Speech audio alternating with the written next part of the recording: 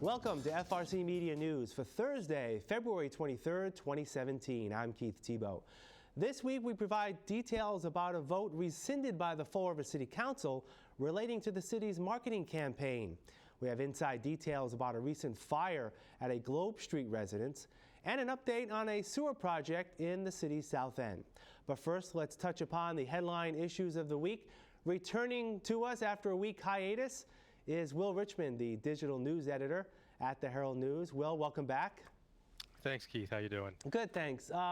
Let's go over, first of all, a story that we talked about on the show a while back. The Fall River Housing Authority a few weeks ago actually suspended two managers within the department, and the lawyers for the managers had alleged that the reason why the two employees were suspended was not due to any personnel issue, but related to the fact that the two employees were cooperating with the FBI and state investigative officials on potential wrongdoings at the Housing Authority. Well, yesterday, the Housing Authority had a personnel hearing for those two suspended employees. And can you give us some sort of update, Will, at what happened? Sure. I think basically at this point they've tabled any further decision. I think they're waiting on to review the report that was compiled by the Housing Authority's legal counsel on this matter as well, which was sort of a quick turnaround from the meeting the week before. So as the members wanted to review that report before going further much more, the decision was to table it at this time until the next meeting. So as of right now, those two employees are still suspended with pay, and more than likely they'll take it up at their next meeting. Is that probably what will happen? Yeah, you know, they seemed to be pretty quick to jump on at the meeting before, at last week's session. But with getting that report, from my understanding, they had gotten the report just before the meeting yesterday, Wednesday night. So the board members, they did hear some from the employees, I believe, during the meeting, but before making any further decisions, they wanted more time to review that report. All right. Well, we'll keep following it and have more when it becomes available. Another meeting, City Council met this week, and the issue of financing the city's and Mayor Correa's marketing campaign came up once again. A little bit of a background. A couple of weeks ago, the council voted to transfer $20,000 from the mayor's line for salaries into a budget that the city can use for this marketing campaign. A complaint was filed alleging that the council violated open meeting laws in terms of taking the item off the table. So City Council President Sean Kadim put the item before the City Council again this week, properly put before the council this week. And the council, unlike they did a couple of weeks ago, voted to reject the $20,000 transfer. What do we know about why they did this? Yeah, there's still some question, I believe, from some councilors about the use of this money, if the original proposal for how much was needed to complete this process matches what their final request is, if the money is being well spent. I think there's still some money trust issues between the council and the administration. One of the other discussions at the meeting was involved the hiring of the real estate agent at the beginning of Mayor Correa's term in the hopes of selling the old police station. Right. That resulted in no action at a cost of $24,000. So, like any relationship, there's some money trust issues going on, I think, here between the council and the mayor's administration. And, it's spilling over into other spending aspects as well, including the marketing initiative now. Now, as far as you know, can the mayor bring this back up for another vote if the councilors get the information they're looking for? Well, it would certainly be up to the council. I would think any member could bring it back up with a motion. Certainly there are people out there, as you mentioned, the last vote was rescinded in part after an open meetings violation was filed. And while that filing was never determined or anything, the council decided to react on it without a determination. So, as long as they're following proper guidelines, the difficult part would be the council president determines the council agenda. So you would need, Council President Kadim's approval to get it back on the agenda. To try to get it through as something like new business would probably be difficult, considering how long and ongoing this process has been. So there would be a need for some cooperation from the council president to seemingly get this back before the council. All right, so the funding of the mayor's marketing campaign continues. This money, for those of you who weren't aware, was going to be part of the funding that the mayor is looking for to start organizing some sort of summer event around the Make It Here marketing campaign. So we'll continue to follow that again as we move forward. Finally, today, the paper and the Herald News, you have a story today about the future of the chancellor at UMass Dartmouth. Of course, we're located, for those of you who don't know, we're located at Bristol Community College, and BCC will soon have, this July, a brand new president. Dr. Laura Douglas will be taking over the reins from Dr. John Sprague in July. But you have a note today, Will, in the Herald, that UMass Dartmouth, the search committee at UMass Dartmouth has sent a list of 3 finalists to the president of UMass, Marty Meehan, to consider. And among the 3, there are none that have direct UMass Dartmouth ties. Yeah, no UMass Dartmouth ties or ties to the UMass system at all. So Right. 3 finalists. One is from a Massachusetts college, Becker in Worcester. Another finalist comes from Slippery Rock University in Pennsylvania.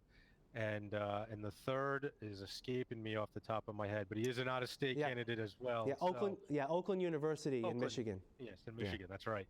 So, the process going forward, all 3 of them are expected to make some appearances on campus in the coming weeks. They were chosen from a pool that initially started out around 130. About 40 were interviewed and by a search committee, and then a fewer number was, or I should say, an executive search sort of assistants, and then the UMass search committee narrowed it down to these 3 to nomination to UMass President Marty Meehan. So he will be the one to make the final selection to the UMass Board of Trustees for them to approve, and keep going from there. Absolutely. All right, Will, what's coming up at the Herald over the next few days? Sure. This weekend, we'll continuing with our Homeless in Fall River series, as we're going to take a look at the roles that mental health and substance abuse play in homelessness in the city. And, along with that, we'll have a little bit more in preparation for the Mayor's State of the City address on Wednesday. All right, that's all coming up. All right, Will, thanks. Have a great weekend. We'll talk soon. All right, you too, Keith. We'll have more FRC Media News right after this. Here are some job descriptions on the latest hot jobs list from the Fall River Career Center. Accounting clerk, Retrans Freight, located at 420 Airport Road, has an immediate opening for an accounting clerk to ensure accuracy while applying cash receipts to outstanding balances, preparing invoices to send to clients, recording vendor invoices into the accounts payable system, then making payments by check and preparing bank deposits. Job number 8522667. Cook, KinderCare Learning Center, located at 620 North Main Street, is seeking a part-time cook to prepare healthy and tasty meals and snacks from recipes developed by the in-house nutritionist. Must have a food handler's license and the ability to understand the needs of children with food allergies. Job number 8544233. Operations Business Analyst, Blount Fine Foods, located at 630 Current Road, is seeking a full-time operations business analyst responsible for maintenance and expansion of operations systems, including the implementation and design of hardware and software, and works to integrate the entire manufacturing process. Job number 8521643. Primacare, located at 277 Pleasant Street, is looking to fulfill the following positions: Nurse Practitioner Weight Management, job number 853-8416. Medical Assistant, job number 854-4408. For more information on these or other positions, visit FRCmedianews.org or call the Fall River Career Center at 508-730-5000. Welcome back. As we mentioned earlier in the show, the Fall River City Council this week rescinded its decision to award additional money for the Correa administration's marketing campaign. FRC Media News asked longtime City Councilor Ray Mitchell if the council's decision makes it appear as though members are against the mayor's desire to improve the city's overall image. I would say absolutely not. I would say that we have never been given a full understanding of how that money was going to be spent. We were told when it first started that it would be approximately $50,000. Then they wanted $70,000. Then it went up to $100,000, and there's really no clear understanding as to how the money was going to be spent. I wasn't comfortable with giving another $30,000. One of the jobs of the city council is to ensure that money is spent wisely. And when you don't know how it's being spent, you best not spend it. We also asked Councilor Mitchell if he thinks the money spent for the city's new logo, which was highlighted on one side of Government Center a few weeks ago, was a wise spending of the marketing budget. No. And why? Well, I honestly believe that we could have gone to our colleges, our high schools. We could have gone to BCC. We could have gone to UMass Dartmouth. We could have gone to Rhode Island School of Design. We could have gone to high schools in the area. And by doing that, we probably could have had a initiative with students getting involved in doing something as far as branding our city. We never used that, and it was suggested on numerous occasions, I would say, although I feel that it was suggested by, I suggested it on a radio program. I know Linda Pereira suggested it. Cliff Ponte, he suggested it. And the bottom line is there were numerous suggestions that way, but they went out and got a company from Rhode Island to brand the city. I just don't think it was money well spent. Within the last week and a half, fire ravaged a Globe Street residence, claiming one life. FRC Media News spoke with Fall River Fire Inspector Jeff Medeiros, who says a space heater was involved in the tragedy, but couldn't say more on the record. Biggest problem with space heat is a couple issues. Number one, you need to have a certain amount of clearance. You never want anything combustible within 3 feet of a space heater because the radiant heat can cause something to catch fire. The other thing that you see is with a space heater, it's a high draw type of an appliance, so you always want to plug that directly into an outlet. And occasionally you'll see people plugging it into extension cords that are not designed, and with a appliance that's drawing that much electricity through, it creates a lot of friction within the extension cord, which then heats up, which again can lead to a fire. We'll have more FRC Media News right after this.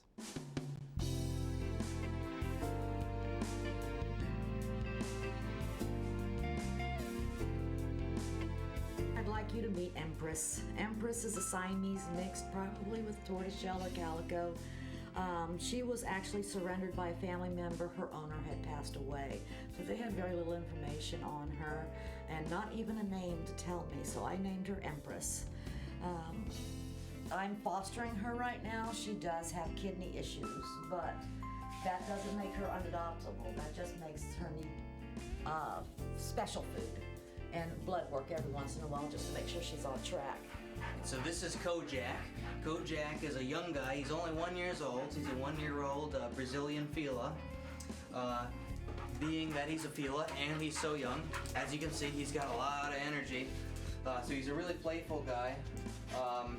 We haven't had any behavioral problems out of him too, which is great.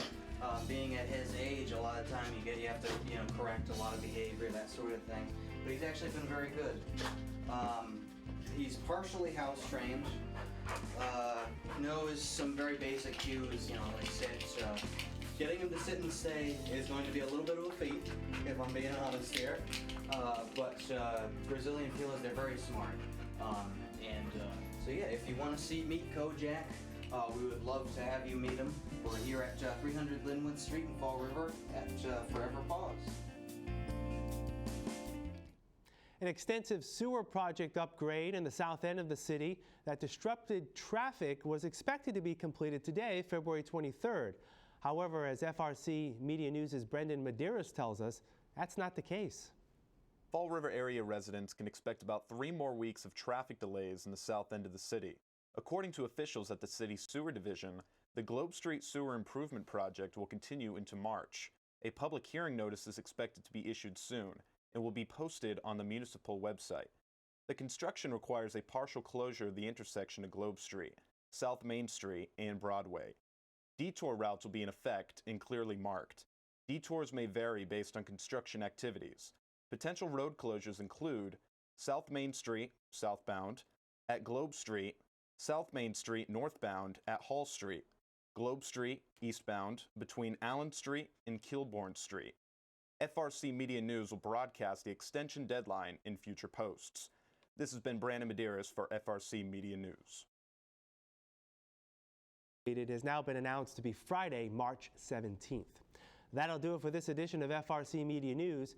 You can catch FRC Media News Thursday and Fridays at 6 p.m. And you can find us online 24/7 at frcmedianews.org. For all of us here at FRC Media News, I'm Keith Tebow. Have a great week. We'll see you next Thursday.